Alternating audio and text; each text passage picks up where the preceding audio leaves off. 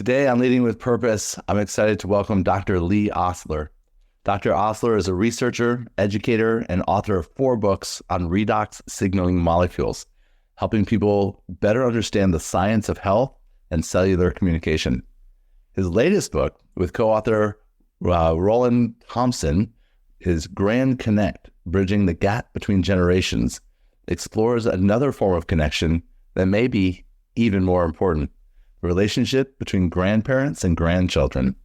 In a world where family dynamics are changing rapidly, Dr. Ostler offers practical wisdom for building meaningful relationships across generations.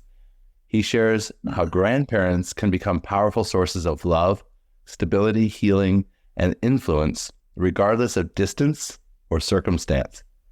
Join us as we explore legacy, connection, family, and what it truly means to lead with purpose at home and across generations. Welcome, Dr. Lee Ostler. Thank you, Mark. What a pleasure to be with you in your space, leading with purpose. That's kind of an important component to everything that we do. Absolutely. We had a little pre-conversation, and I wanted to jump right in because it just felt like that's where we were already going and talking about this book. And I had the pleasure of interviewing you with Russell Mariani, my friend and co-host of Redox podcast. And when I heard about this new book that you had published already, and the topic of it, I was eager to bring this to our community. I feel it really is more important now than ever. There's a lot of disconnection with technology and space, and even a polarization between politics and beliefs and values and different things. And tell us a little bit more about, first, what inspired you to co-author this book yourself? Well, again, thanks. I do agree. This is a really essential matter, because it affects every one of us. You know, we all are in families. We're either a son or a daughter, or we're a spouse or a partner, or we're now in a place in our life where we have offspring that goes down another step to where we've got grandchildren, in some cases great-grandchildren. And so I have 21 grandkids, and I think I'm at 9 great-grandkids now. And so it starts to dawn on you that, time's important. Why this matters is because at my age, I only have, a decade or 2 left. I'd like to think I've got longer, but it causes you to think differently about what you're leaving behind. And unfortunately, most of us think legacy is about the material things that we can, leave or gift or bequest our offspring, our family, when we're not here anymore. But one of the things that sparked this for me is I was contemplating my family, thinking about my family. One time I was kind of sitting in a special place, just kind of pondering and thinking, and my mind was just wandering. And I had this, I'll call it a waking vision. It was just a mental, picture that literally formed in my mind's eye of my family portrait. And I'm there in the middle with my wife, and the family's around you. It's the kind you'd hang on the wall above your fireplace or something. And I was looking at it. It happened very fast, but I'm looking at it, and I saw my image in the photograph or the portrait just dissolve away in my mind's eye. And I'm not in the picture anymore. And it was a little bit of a gut punch. I was like, wait, what just happened? Is this some higher power trying to, give me a message? What's this all about? And I sat and pondered, and I remember momentarily thinking, no, go back in, get back in the picture. You're still in the picture. You're not dead yet, And so that had an impact on me. That was 3 or 4 years ago.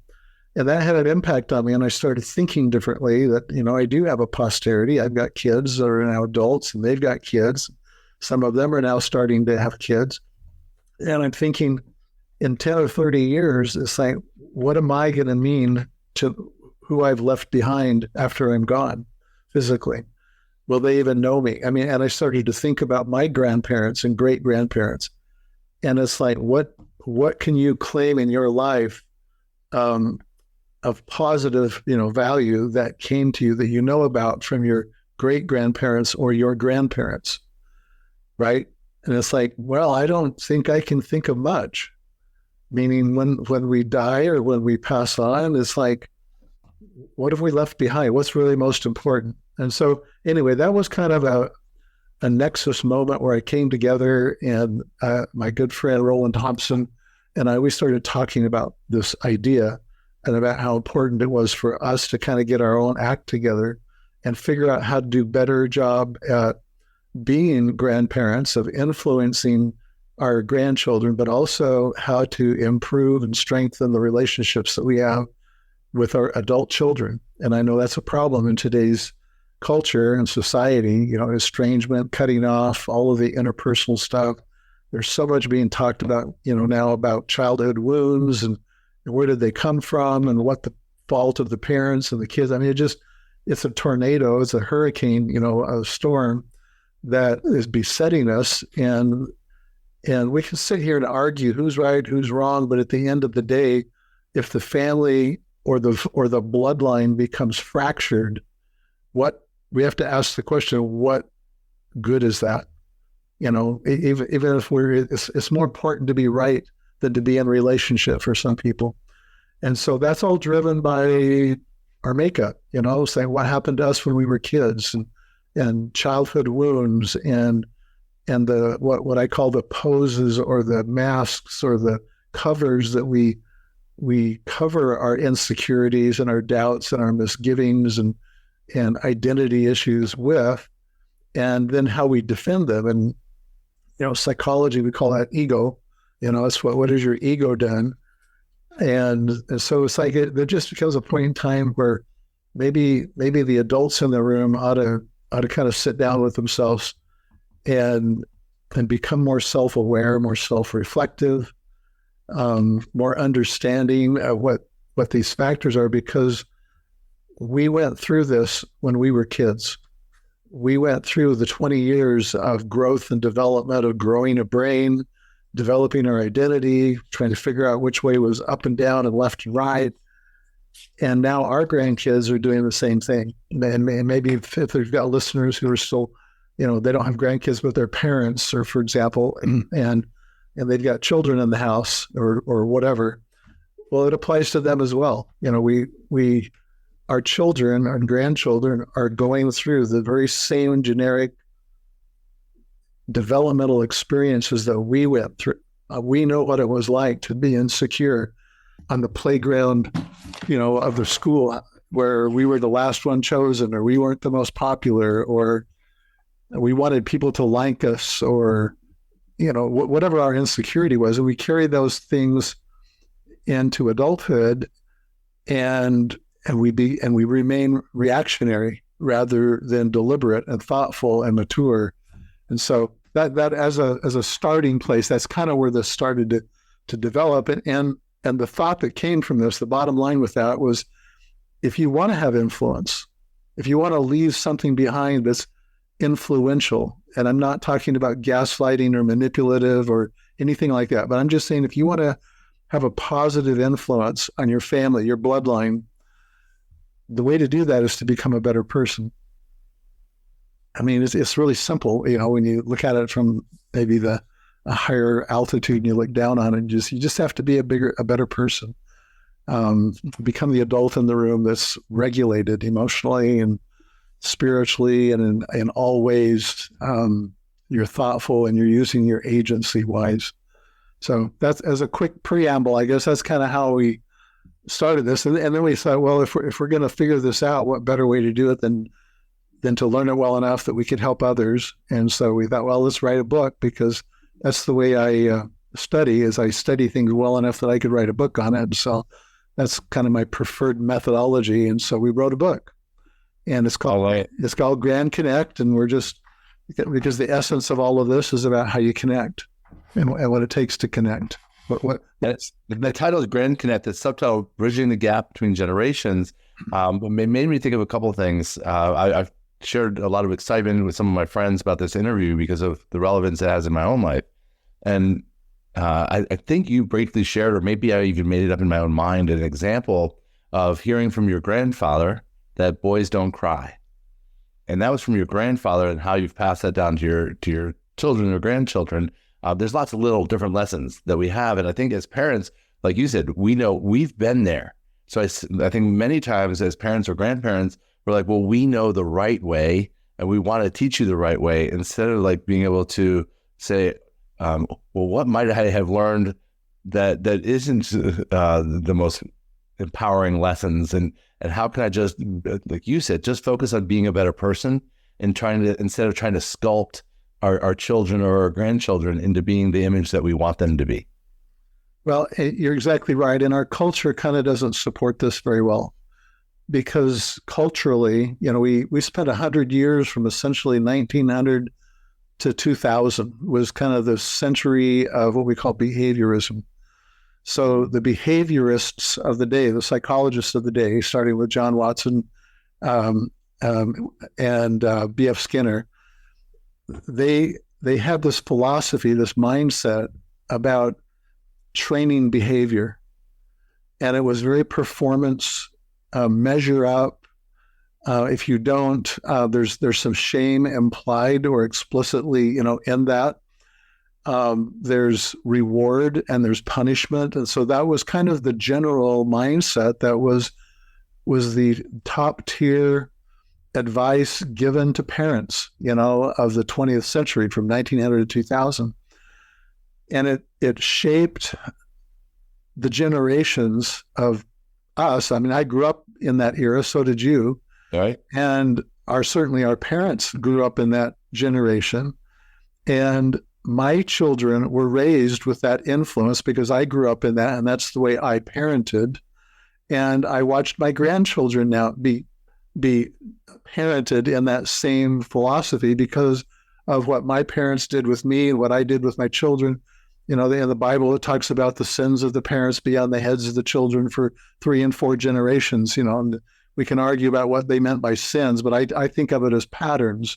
The emotional patterns of how you deal with life and of how you deal with your emotions are the patterns that you put on your children and that wind up with your grandchildren, and all of that matters. And so we have this century of behaviorism that established this parental protocol, if you will, of how you raise kids in the world, and it was very performance and very shame based.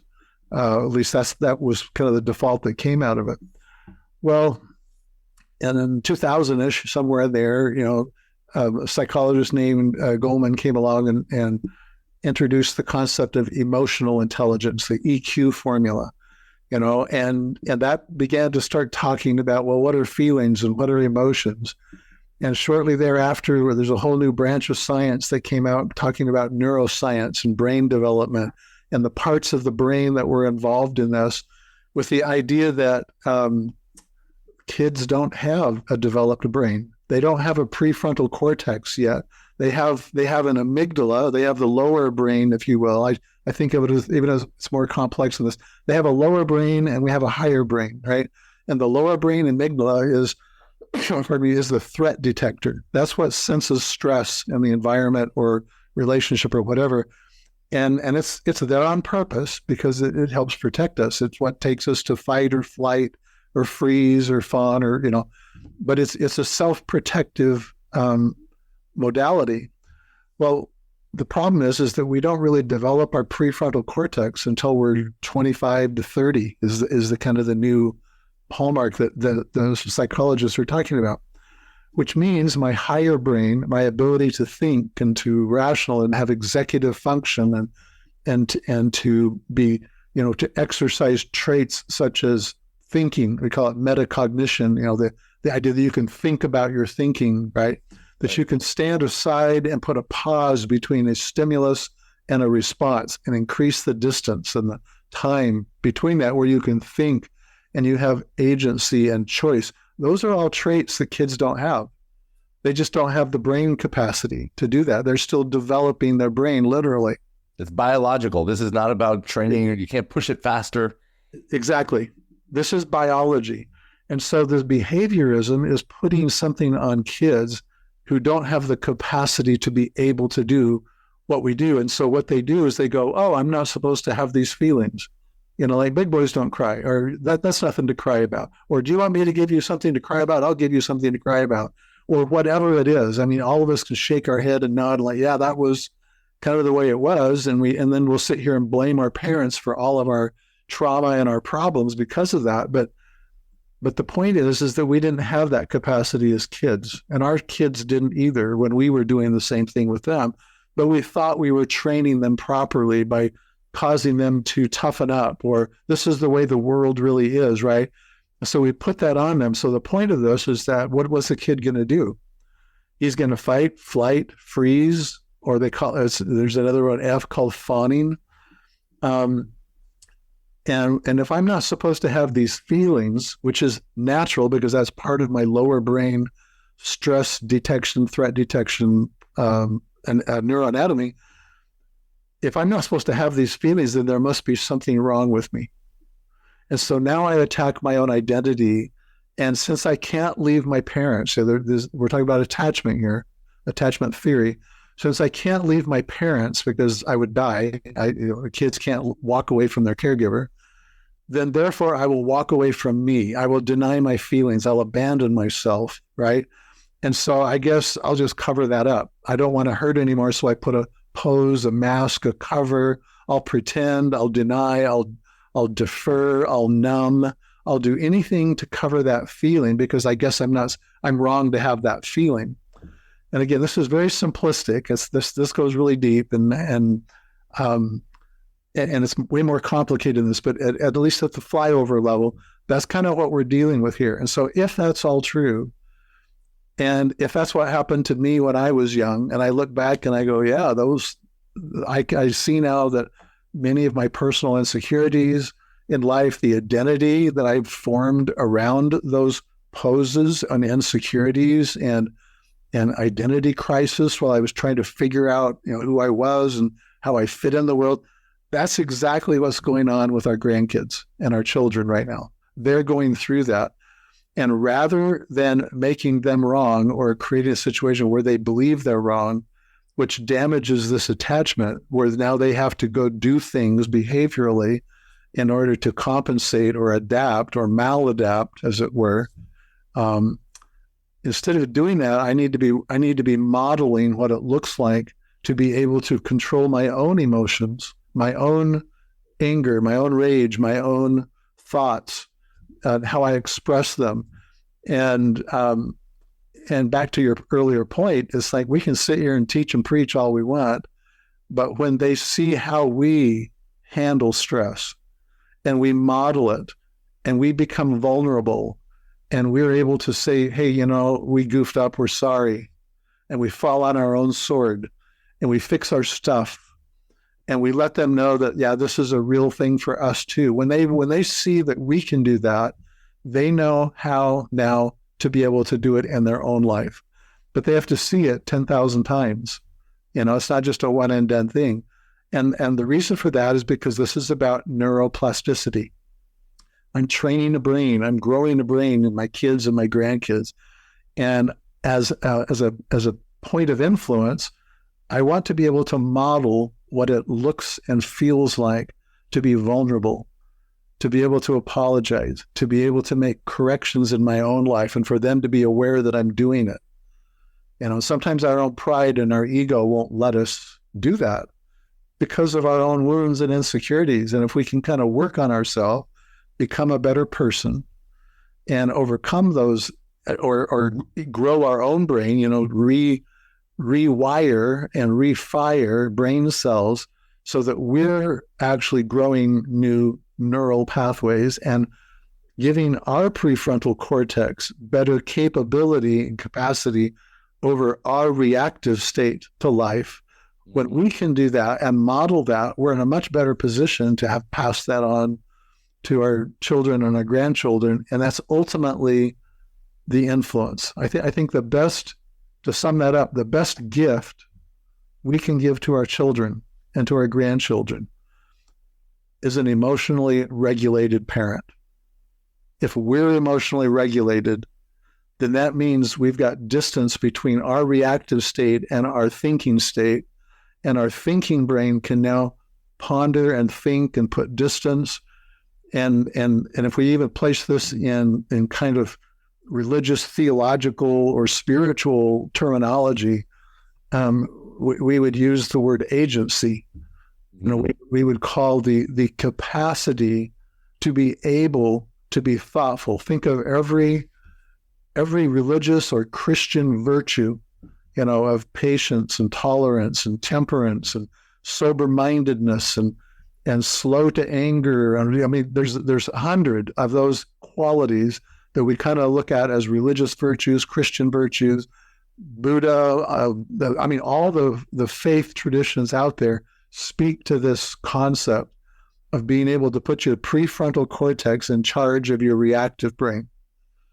And when you can do that, now I have capacity because I can sit and I can intentionally, thoughtfully make decisions about what's bugging me and how I'm going to react to it or respond to it.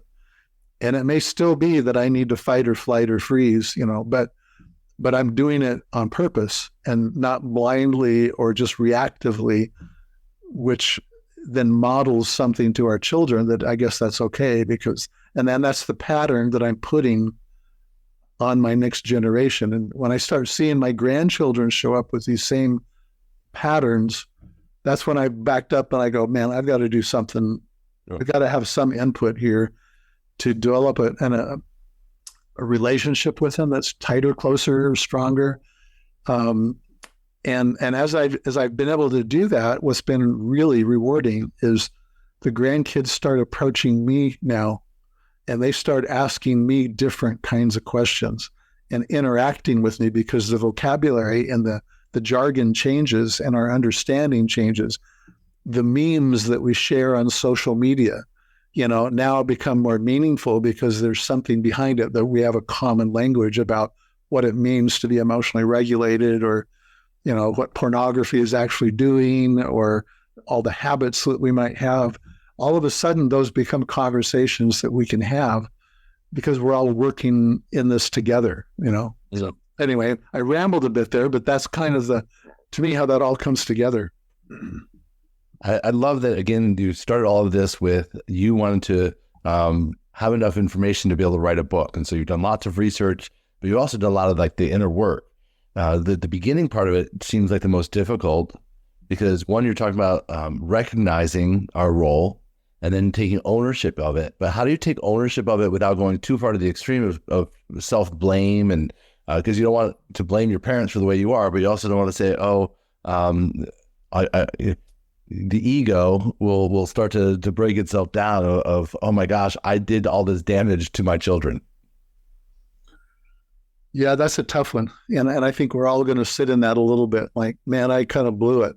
And we do it all the time. It's like, why did I lose my temper? Why did I come unhinged? Why did the road rage, reflex happen? None of us are perfect. But I think one thing that does help, and this came to me partly from a verse in the New Testament in 2 Corinthians 12, where the Apostle Paul is talking about his infirmities and how he glories in them. And he likes the distresses. And I'm thinking, I don't glory in my infirmities or distresses or persecutions. Those are, he's talking about his thorns, right? And it's like, why would that be okay, to be glad that you have adversity and these infirmities and persecutions? And you start thinking that through, and it's like, that's the program. The program, if I can use those in air quotes, the design of why we live on this earth is so that we can have adversity so that we can become stronger. It's not to punish us, it's to help us. Our suffering is the path to freedom, because when we learn how to deal with that, so that mindset in the back of my brain has been very helpful in realizing that, we're not perfect. And if I switch my frame of mind and I look at this and my mistakes and my weakness, if you will, my identity issues or whatever it is, if I look at that as that's like the laboratory, that's the tutorial, right? That's the clinical material of my life. And so that has helped me personally a lot to realize that that's the design of our existence, is that, and really from a biological, I've written 5 books on cellular biology, as you referenced. That's the design of biology, is our cells don't just go along flat level, never having a problem. They're made strong because of the stress they endure biologically, which is why we exercise, which is why we fast, which is why we eat the way we were supposed to eat and so forth, is because doing all that creates just a tiny bit of stress in the cell to which it has to respond in a way to upregulate its cellular defenses. That's a principle called hormesis, for those nerds in the audience that want to go look that up, HORMESIS. So I look at this as kind of an emotional or spiritual hormesis, is the stress in my life, the problems I have in my life are opportunities for me to embrace because it makes me better. And when I have a problem with that, then that's just a signal that says there's some work you still need to do. And the way through that is you can, just to say it frankly, you can choose to be humble or you can be humbled. It's your choice. And for me, as for probably 99% of us, things happen in life that truly humble us. We come face to face with these issues and these problems, or, for me, it was one of my adult kids coming to me and in a setting where I found out that he believed that I emotionally abused him when he was a younger person. We have a great relationship, and so it really confused me as to, well, why would he think that of something that went on 30, 40 years ago in our life? Because I've got a great relationship with him. But it was still something he was wrestling with, and he confronted me with it. And it was like, oh my word, what was going on in my life at that time that would create a situation where he would think as a 9-year-old, that his dad didn't like him or whatever. And there was some tough stuff in our family that went on at that time. And so that was a moment in time where I was kind of forced to acknowledge something about myself, to be vulnerable. And I think that's a really pivotal moment. If we just get over ourselves enough to be a little vulnerable and just say, what have I done possibly that I need to say I'm sorry for? Is there anything I've done, in my relationship with you, my kid, that I need to apologize for? And you just let it happen. It's like, why do I need to defend that? If they think I did something wrong or whatever, whether I did or didn't doesn't matter. It's their perception of it, right? That's what we're dealing with. And so it was like, oh, well, then I am so sorry. I mean, this is so long ago. I don't even remember what all this was about, but I am so sorry. What I want to do is to repair, to reconcile, to reestablish. And now I understand the process well enough to know that I want them to witness me be vulnerable, that I have errors and faults, and I'm asking them for forgiveness. Because if I stay stoic about this and like, nope, there's nothing to see here, I'm fine, I didn't do anything wrong, you're making this up, whatever. Well, I just taught them how to do it to the next generation. And I see that with estrangement. These kids that get all bent out of shape with their parents and they cut off, and it's like, and maybe there's legitimate reasons. If there's abuse and there's really some legitimate harm that's being done, maybe that's the best thing. But for the rest of us, kind of in the middle, the lion's share, the bell-shaped curve bubble, the rest of us, it serves nobody to estrange or cut off or be highly defensive about that. We ought to just kind of swallow our pride and realize that if we buy into that, we're fracturing the family, we're breaking the bloodline, we're teaching our children that that's what they do to solve a problem, is they just cut off their family because it hurts too much to face their own stuff. And so at some point, it kind of really doesn't matter where it came from. Why? Because that's the design of humanity. That's the design of mortality, is this idea that life is tough and I'm still trying to figure out my brain and my heart and how this all wires together, and to do it with some sense of compassion and love and acceptance for them. And ultimately that's what they want, is to know that we accept them, right? The real them. Mm-hmm. And we get defensive because, well, if I do that, then that means their blue hair, I agree with their blue hair or whatever it is, right? I put that in the book. It's like, whatever their blue hair is, and I don't like it because I'm an older, it's like, you don't get blue hair, right? In our day, that was, no. But today we got blue hair all over. So if I can accept them and their blue hair, it doesn't mean I agree with them, but I'm trying to help the attachment process. And there's a comment that I heard that I've tried to really embrace, and that is when you accept me for who I am, then I can change. Mm-hmm. I think that's a really important principle, because when I accept my children and grandchildren and great-grandchildren exactly for who they are, whatever that is, then they can change. But what behaviorism has me do is like, no, I need to change them. This is not good. I know better. And I've been around the block and I'm smarter and I've got more life experience, and you shouldn't be doing it this way. Let me tell you the 10 reasons why. And we impose that on them. And what they do is they go, well, all right, enough of you. I'm out of here. I'm not going to listen to you. And I just cut off my influence. And so if we're playing the long game and we're backing up and we're saying, no, I need to model what it looks like to be vulnerable, to be humble, to be contrite, to be honest, to be willing to change, to say I'm sorry, and to show that. And even, I mean, what if you went to your grandkids or your kids and just say, help me be a better person. What do I need to do to be a better parent to you? And just let it go. You're not, there's no gaslighting. You're not manipulating. You're just honestly wanting to improve yourself. How many parents can do that, are comfortable in their own skin enough to be able to do that, right? And so that's a part of the work that we have to do as the grandparents who've got 30 to 50 to 80 years of baggage in our own life. That's the work that we need to do that will then model what that looks like for our children.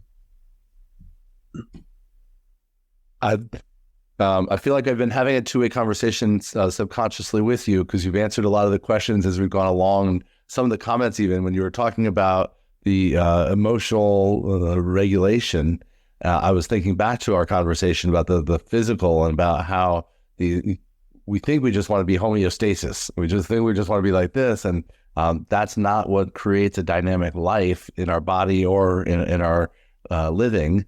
And so I love that you brought it back into the comparison of the biological. I also love the whole thing around the modeling. Instead of like, if you really want to help your children and grandchildren be the best version of them, then we need to become the best version of ourselves. And first recognizing that this is something I want. And then I was going to ask, okay, so how do you do that? But then you kind of answered that question a little bit by saying, you can literally ask them, how could I be a better parent or a better grandparent? Any other ideas or suggestions for somebody just getting started who may not have done some of the work already? Because it's like turning a ship around. Do you know what I mean? Like they've been in a certain direction, and now you're wanting to change the dynamics of the family and heal these things. How does somebody get started with that? Well, I think what's been very helpful for me is my own study. I bought dozens and dozens of books, and I've watched, a lot of videos. I've consulted in that regards, a lot of mentors, and learn how to ask new questions. Like this is about being self-aware. Being vulnerable comes from the root word, the Latin vulner is to wound. Mm-hmm. And able is obviously the ability. So the ability to be wounded is vulnerability. So am I vulnerable? Can I be wounded? And it's okay if I'm wounded. That's what vulnerability means. You're opening yourself up.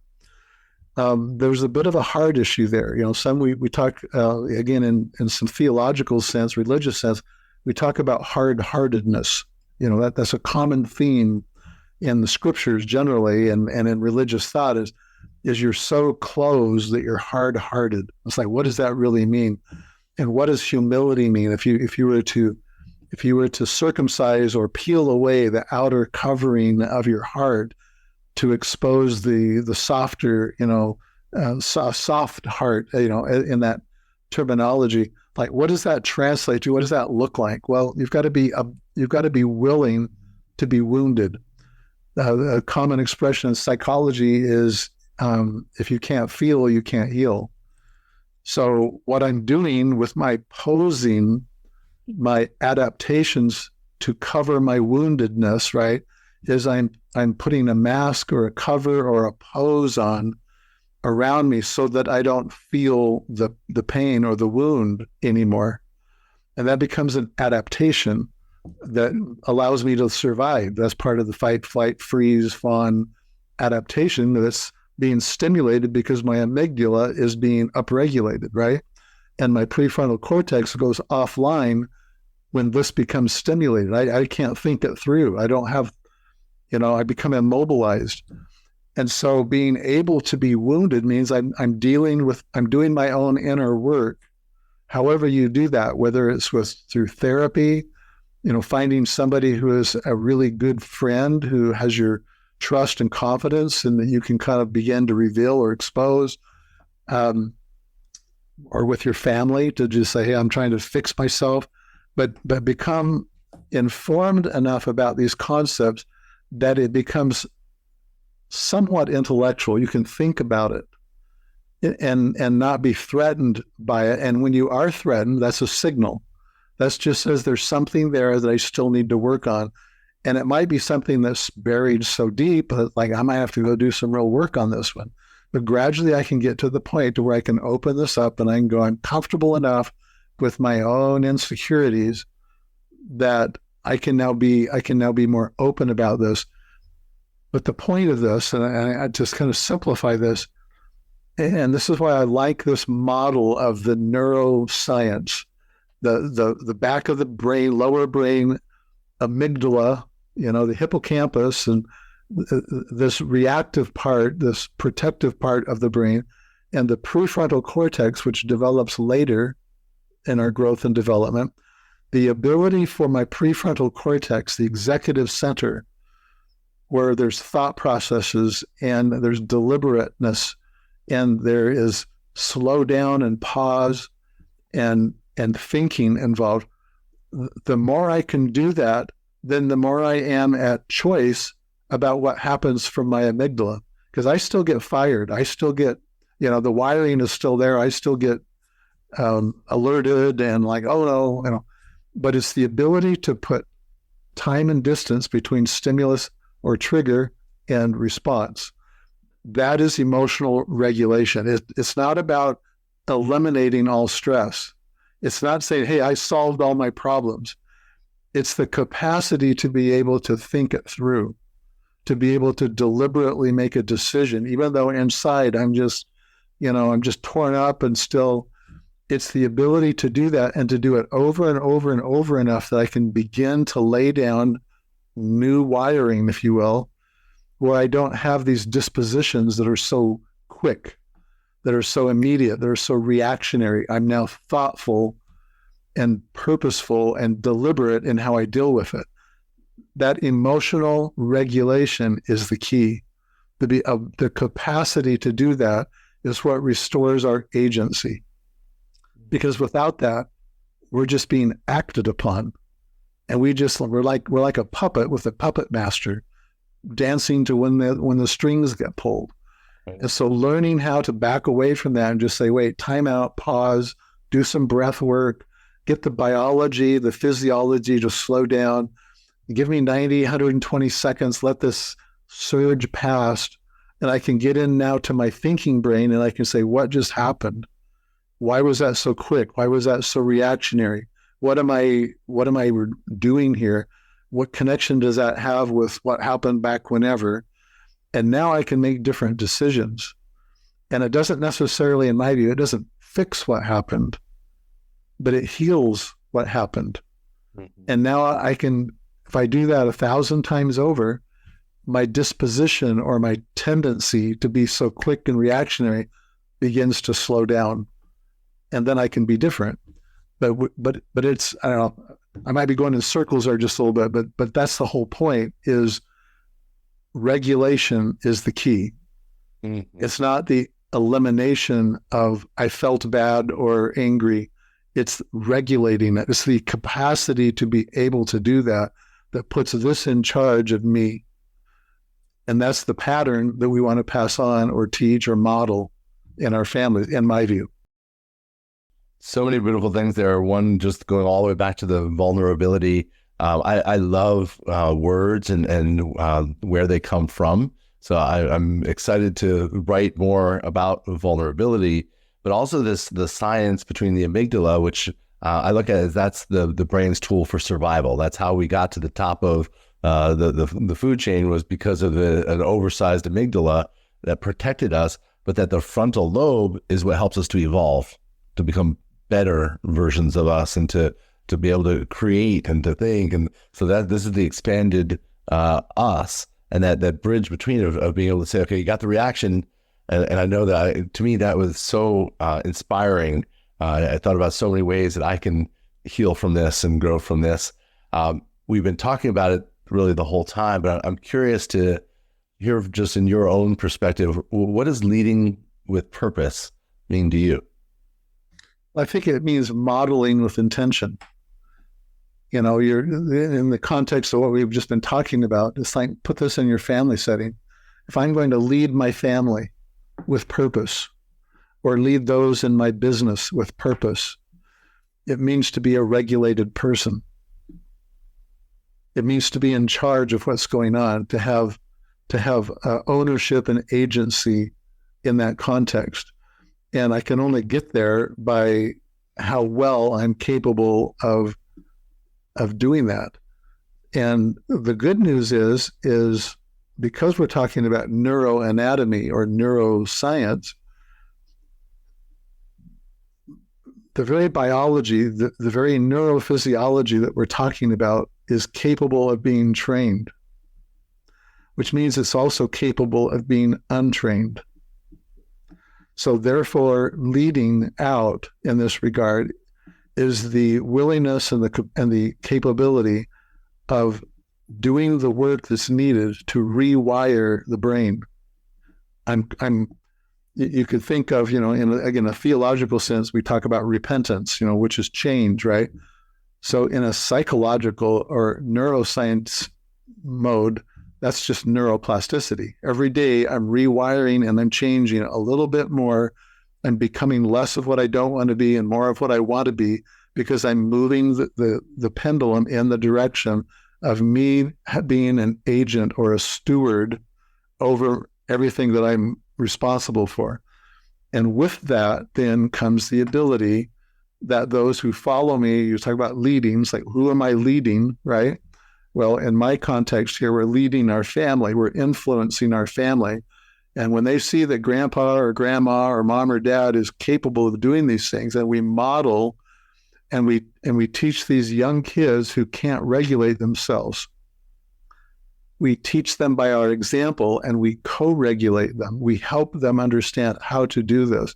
We lend them our regulation while they're developing and growing their own brain, without putting shame and behaviorism and those kinds of judgmental expectations or manipulations or whatever on them. And it just means we have to grow up, and we've got to become a better person in that whole process. And to me, that's the essence of what Grand Connect is all about. We're connecting, and we should be able to do that before we correct them. We should connect before we correct. Mm-hmm. Oh, Dr. Ostler, it's been so fantastic.